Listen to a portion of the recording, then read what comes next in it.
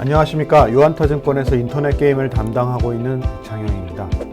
오늘은 인터넷 게임주들 2분기 실적이 이제 다음 8월 달부터 본격적으로 발표가 될 건데요. 실적이 시장에서 예상했던 것보다 그렇게 좋진 못합니다. 시장이 이제 기대를 좀 과하게 한 것도 있지만 어찌 됐든 시장의 기대치를 공교롭게 거의 대부분 인터넷 게임 기업들이 그 시장 기대치를 하회할 것 같아가지고 좀 이렇게 미리 마음의 준비를 하셔라 이렇게 좀 말씀을 드리려고 리포트를 쓰게 됐고요. 근데 이제 제가 진짜 오늘 드리고 싶은 말씀은 지난 2년 동안, 그러니까 이제 코로나 기간 동안에 사실 인터넷 게임주들이 너다섯 배씩 주가가 상승을 했었잖아요. 위메이드 같은 경우에는 한 10배가 오른 그런 상황이었고. 근데 사실 실적이 10배가 올라서 실적이 너다섯 배가 올라서 주가가 올랐던 것도 아니고 그냥 비대면 상황이 장기화되다 보니까 비대면으로 돈을 버는 이러한 인터넷 게임 기업들이 굉장히 좀 실적도 좋았고, 하지만 어찌됐든 그 단기 실적보다는 장기적인 어떤 성장성 측면에서 굉장히 좀 기대를 모아가지고 주가가 올랐었는데, 거꾸로 코로나로 인한 어떤 좀 비대면 활동이 좀 뜸해지면서 주가가 굉장히 또 반대급부로 3분의 1 토막이 나고 절반 반 토막이 나고 그렇게 됐는데, 이것도 마찬가지로 실적이 절반이 돼서 그런 건 아니거든요. 그래서 이번에 실적이 조금 기대에 못 미쳐도 이게 실적이 마이너스가 되거나 역성장을 하거나 그런 정도의 수준은 아니고, 원래 인터넷 게임 회사들이 성장을 했던 수준으로 이제 다시 돌아오는 정도라고 이해하시면 될 것 같고, 오히려 인터넷 게임 기업들이 주가가 빠졌던 게 사실 미국을 비롯한 이제 급격한 금리 인상, 자이언트 스텝에 의한 금리 인상으로 게임 회사, 인터넷 플랫폼 회사들의 이 밸류에이션 상의 어떤 멀티플이 하락을 하면서, 실적이 아니라 멀티플이 하락하면서 이제 주가가 급락을 올 상반기에 했었던 부분인데, 이러한 이제 좀 금리 인상의 어떤 흐름이 좀 완화되면 가장 먼저 인터넷 게임 기업들 주가가 오를 수 있다, 이 말씀을 오늘 드리고 싶어서 리포트를 쓰게 됐고 방송을 하게 됐습니다. 일단 좀 천천히 좀 말씀을 드리도록 하겠습니다. 제목을 제가 오프라인의 보복으로 말씀을 드렸는데, 여러분은 잘 못 느끼시겠지만 어찌됐든 4월 18일 본격적으로 이제 거리두기 해제가 되면서 네이버, 모바일 네이버의 사용 시간, 월 평균 사용 시간이 보시는 이 그림처럼 1분기 대비해서 2분기에 한 6%인가가 감소를 했습니다. 6%인가가 감소를 했습니다. 이제 확실하게 이렇게 좀 둔화되는 모습이 보이죠. 그리고 카카오톡도 이 1분기에 대비해서 이 2분기가 확실히 감소를 했습니다. 이렇게 이제 오프라인 활동이 늘어나고 거기에 이제 온라인 활동이 위축되면서 이제 실질적으로 온라인 기반으로 한 매출도 줄어들었습니다. 온라인의 이제 대표적인 수익 모델이 이제 광고인데, 이 온라인 모바일 광고 지수가 2022년 2분기 광고 동향 지수, 온라인 모바일 광고 동향 지수가 2021년 2분기, 그러니까 온라인 활동이 한참 많던 고전 시절이죠. 2020년 2분기 하고 대비해서 이렇게 2.5%, 2.2% 이렇게 감소를 했습니다. 마찬가지로 인터넷 모바일 쇼핑 거래액도 2021년에는 전년 대비 25%씩 이렇게 급성장을 했습니다. 코로나 기간 동안 온라인 활동이 이렇게 많았던 거죠. 근데 이제 어느 정도 좀 완화가 되면서 2022년 4월 이후로는 10%대로 성장률이 급격하게 떨어진 모습을 확인하실 수 있으실 겁니다. 이거는 이제 그대로 네이버나 카카오의 실적에 영향을 줄 수밖에 없었던 시장 상황이었던 것 같습니다.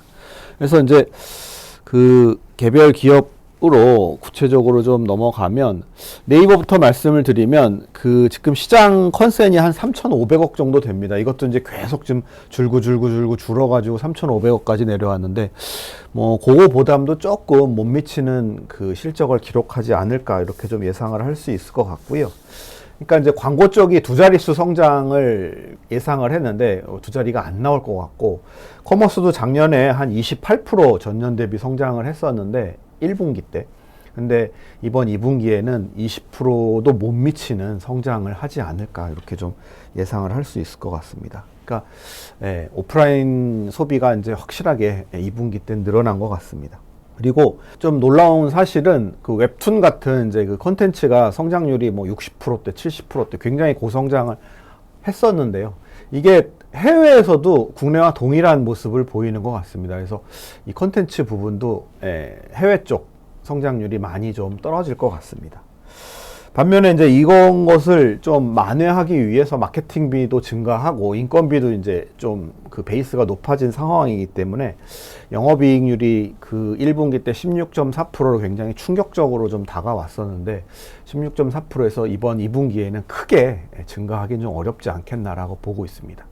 근데 좀 저희가 희망을 가질 수 있는 부분은, 그럼에도 불구하고 네이버의 올해 연간 성장률은 18% 정도 수준까지는 무난하게 되지 않을까. 그러니까 작년에 28.5%, 전년에 21.8% 성장을 했는데 올해 한 이렇게 성장률이 둔화돼도 한 18% 정도 성장은 할 수 있지 않을까라고 보고 있고, 말씀드린 대로 이 정도 성장을 한다라면 최근 그 네이버의 주가 하락은 이미 성장률 둔화에 대한 부분은 지나치게 반영이 돼 있지 않나. 오히려 어떤 매크로 환경의 어떤 그 변수들로 인해서 좀 이 밸류에이션이 좀 많이 떨어진 상황이기 때문에 이 글로벌 어떤 매크로 상황만 좀 개선이 된다라면 이 정도의 18% 성장률이라면 충분히 가장 먼저 성장주가 회복할 수 있는 상황이지 않을까라고 좀 말씀을 드릴 수 있을 것 같습니다. 그리고 그 한 가지 긍정적인 건, 그러니까 이제 네이버가 제일 힘들었던 부분이 이 영업이익률의 하락이었잖아요.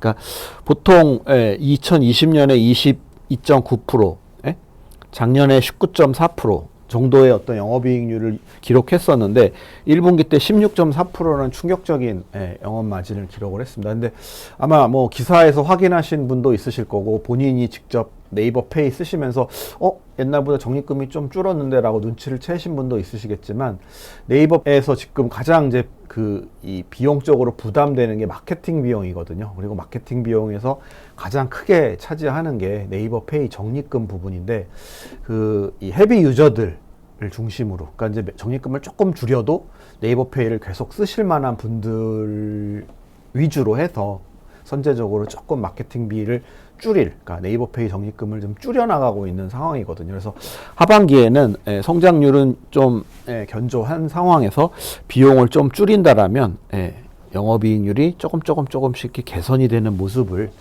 보여줄 수 있지 않을까. 그리고 이런 모습을 보여준다라면 충분히 주가는 하반기에 상반기보다 좀 좋은 모습을 보일 수 있지 않을까, 이렇게 조심스럽게 좀 예상을 할 수 있을 것 같습니다. 카카오도 비슷합니다. 지금 많이 줄어서 이제 컨센과 유사한 실적이 나올 수 있겠네요. 이게 최근에 좀 많이 줄어서 원래 한 1,900억 정도 됐었는데 컨센이 좀 많이 떨어졌네요. 컨센이 많이 떨어져서 한 요 정도 수준의 이익은 기록할 수 있지 않을까, 이렇게 좀 말씀드릴 수 있을 것 같고, 성장률은 많이 둔화됩니다. 커머스가 1분기 때 15% YOY 성장했었는데 이번에는 한 8%, 한 자릿수로 좀 줄어들 것 같고, QOQ로 그 카카오 선물하기가 좀 역성장을 하는 이런 모습까지도 좀 보여줄 수 있을 것 같습니다. 그리고 뭐 마찬가지로 이 비용적인 측면에서는 이 성장률 둔화를 좀 어떻게든 좀 막아보려고 뭐 게임, 페이지, 그러니까 웹툰, 그리고 뭐 일본의 피코마, 그리고 여러 가지 관련해서 마케팅 비용이 좀 증가하면서 그 영업이익률 좀 개선되기가 조금 어려운, 오히려 1분기 9.6%에서 10.4% 정도 수준의 영업이익률을 기록할 수 있지 않을까, 이렇게 좀 말씀드릴 수 있을 것 같고요. 지금 이제 카카오의 제일 큰 시장의 이제 관심사가 카카오 모빌리티를 매각을 할 거냐 말 거냐, 이제 뭐 이런 부분인데, 오늘 기사에서 그래도 그나마 좀 다행히 카카오 모빌리티에서 카카오 그 모회사인 카카오에 좀 이 매각을 다시 한번 고려해 달라, 라는 좀 이렇게 이야기를 전달을 했다라는 이제 뉴스가 나왔습니다. 그래서 이게 이제 뭐 어떻게 될지는 모르겠지만 어찌됐든 이게 매각 가능성이 잠재적으로 있기 때문에 이런 부분은 조금 주가에, 그러니까 이제 카카오의 성장성에 조금 우려감으로 작용을 할 수 있지 않을까, 이렇게 좀 말씀을 드릴 수 있을 것 같습니다. 하지만 그럼에도 불구하고 성장률이 둔화돼도 뭐 마찬가지로 2022년 15%의 어떤 두 자릿수 성장을 계속 유지를 할 수 있을 거라고 보고 있고, 뭐 방금 말씀드린 모빌리티가 매각이 될지 말지 모르지만 어찌됐든 굉장히 높은 성장을 하고 있고, 뭐 카카오 페이, 카카오 웹툰, 카카오 엔터테인먼트, 그쵸?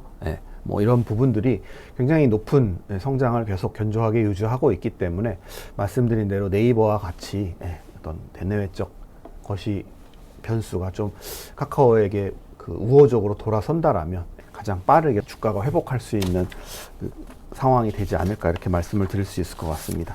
아프리카 TV도 비슷합니다. 컨센이 한 253억 정도 되는데 영업이익 기준으로 거기에 좀 못 미치는 245억 예상하고 있고요. 제일 큰 부분은 광고는 견조한데 기부경제 매출, 별풍선 매출이 QOQ로 이렇게 성장을 하기가 조금 이번에는 어려운 것 같습니다. 원인은 야외활동 증가에 따른 트래픽 둔화, 뭐 이런 게 좀 원인이 될 것 같고요. 근데 이제 아프리카 TV가 사실 보시면 올해도 뭐 작년에 39%에서 많이 떨어진 부분이긴 하지만 20% 성장을 할 수 있거든요.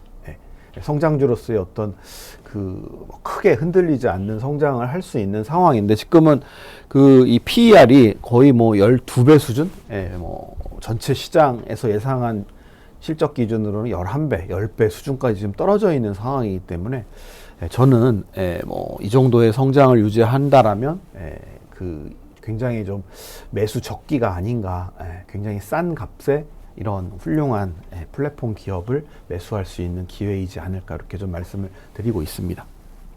게임 회사 말씀을 드리면 크래프톤이 2분기가 비수기입니다. 그러니까 1분기가 보통 이제 특히 이제 중국 화평정영 같은 경우에는 중국에서 1분기 때 굉장히 큰 매출이 나는 시즌인데, 이제 그러한 좀 시즌 효과가 이제 없어지면서 2분기 실적은 좀 시장 기대치를 좀 하회할 것 같고요. 그리고 대부분 이제 게임이 지금 기존 게임에 의해서 매출이 나오고 있고, 신작은 12월이나 가야 이제 나오는데, 그 상황에서 이제 기존 게임들이 매출이 좀 증가를 하려면 맵을 추가한다든지 콘텐츠를 업데이트 한다든지 유료 아이템의 어떤 종류들을 좀 다양하게 콜라보를 진행을 해야 좀 매출이 상승할 수 있는데, 그게 대부분 다 3분기에 이루어집니다. 3분기 이후에. 그러다 보니까 2분기 실적이 좀 올해 중에서 가장 바닥을 형성하지 않을까, 이렇게 좀 말씀을 드리고 있고요. 대신에 이제 뭐 지금 벌써 이제 7월도 끝나갈 무렵이고, 이제 3분기, 4분기 계속 이제 가면서 좀 신작 12월 2일 날 나오는 칼리스토 프로토콜에 대한 기대감이 좀 크게 반영이 될 것 같은데, 이 부분은 이거를 개발을 한 분이 데드 스페이스라고 굉장히 유명한 콘솔 게임을 개발을 하신 분이어서 일단 글로벌리 이 게임에 대한 기대가 굉장히 큰 상황입니다. 그리고 이 콘솔 게임이 사실 코로나 기간 동안에 거의 전 세계에 이렇게 많이 나오질 않았고, 그리고 이 칼리스토 프로토콜이 호러 슈팅 장르인데, 호러 슈팅 장르는 뭐 게임을 하시는 분들은 아시겠지만 좀 어느 정도 기본 판매량을 좀 갖고 있는 장르거든요. 그래서 다른 어떤 좀 게임처럼 좀 폭망하는 뭐 그런 좀 우려는 상대적으로 좀 적다.